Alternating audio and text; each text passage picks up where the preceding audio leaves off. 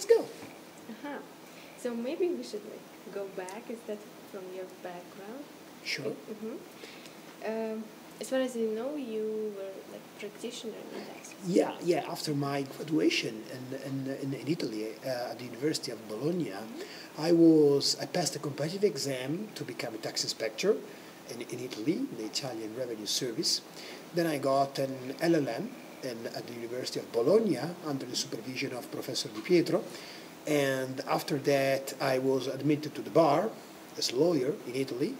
Then I got my PhD from the University of Genoa in Italy, and I started working with Professor Di Pietro at the University of Bologna. And after that, I took my position as junior lecturer at the University of Ferrara. After 3 years, I became senior lecturer at the University of Ferrara. After, I don't remember how many years actually, I became associate professor. Now I'm here in Kazakhstan, so life is quite strange, isn't it? Yeah, so as you told me about your expectations, when you came here, you were amazed. Yeah, absolutely. Well, the first time, my first feeling was curiosity. Because I've never met in my life anybody who came here before me. I mean here in Almaty or in Kazakhstan, generally speaking. And curiosity about land that I heard about since Marco Polo reading when I was younger, or since, it got in television when Italy or some Italian companies such as Eni entered into an agreement with Kazakhstan for the exploitation of the well in, I don't know where exactly there are oil resources over here. So in television I hear, well, Kazakhstan means maybe natural resources or business opportunity. That's the idea that we generally, unfortunately, we have only in Italy. But as I told you a couple of minutes ago, well, I'm pretty convinced now after just 4 days here, perhaps even more, 5 days, but actually that's not important. The most beautiful element this country has, the most perhaps precious asset as well, is the people. It's fantastic to work with you, to stay here at KIMEP and Almaty, because the atmosphere is positive, friendly, warm, despite of the weather outside, and yeah, it's a real pleasure to stay here. As I told you, you asked me about that before. My aim, my goal, was to find an academic institution willing and capable of setting up an international relation with Italy and with the University of Bologna and Ferrara in the field of international taxation research. That was my need, my priority. And I have to confess, at the very first day I was not sure about that, but as soon as I step into the KIMEP, immediately I understood that you were creating on those days a top-class research center with brilliant people inside, and that will be fantastic to work with you, either from here or from Italy.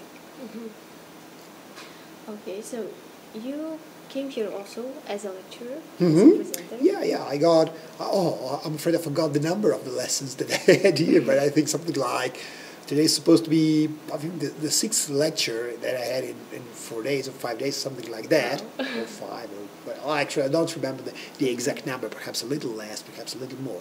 Yeah, a lecture. I was invited by Professor Tomas Balco to give a number of presentations at both undergraduate and postgraduate courses here at KIMEP, the Faculty of Law, but the MBA as well. I think today I'm going to have the presentation with them on a number of topics, actually.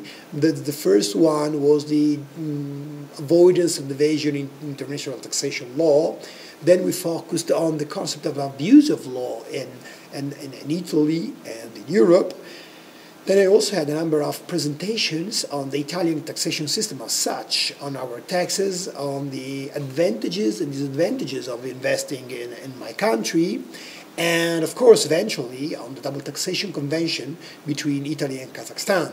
What are the most clear issues about that? What are the most unclear points of the double taxation convention, when was implemented, how the system has changed since that time, and so on. There was a lot of discussion about that, actually. Of course, and even the interaction between the double taxation convention and the national rules concerning the fees and the taxes to be paid by foreign investors in Italy, with particular attention, of course, on the Kazakhstan as well. Okay.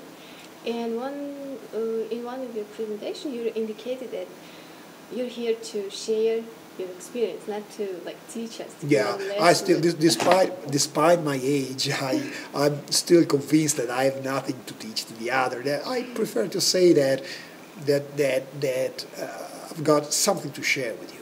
That the word I prefer to use more, because when we talk about teaching, we always think about the person who knows more, wishing to tell or to explain something to people who know less. That's not my position.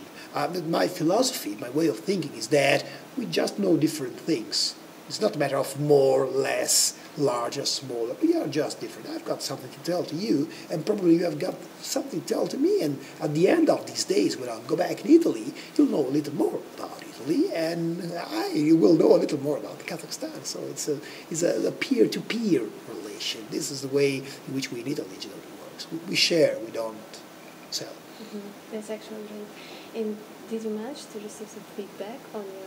Absolutely, absolutely. Particularly both from students like you, like your colleagues, and from practitioners.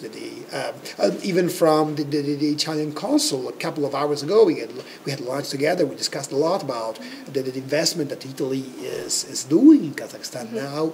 The most serious problem that you have in this country, and when we try and apply anti-avoidance provision, the problem, the struggle of form versus substance and substance versus form that you are experiencing in your country as well, and your case law. Those were very interesting feedback for me as well.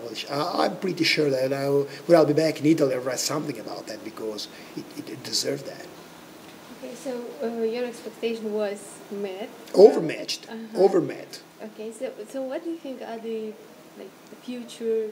I just finalized now an email to my supervising professor in Italy, Professor Di Pietro at the University of Bologna, who is the leader of international tax, one of the leader of the international tax research in Italy, urging him to get in contact with the university, because we have to do something together. We got to enter into an agreement for the exchange of students and possibly even professors, in order to allow me to come back here once more.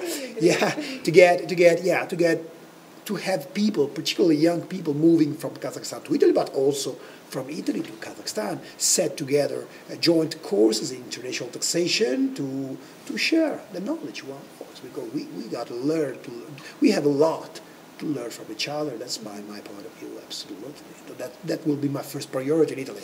Get the right office in my university, tell them, look, this is an opportunity, we cannot miss it, and we got to go for it.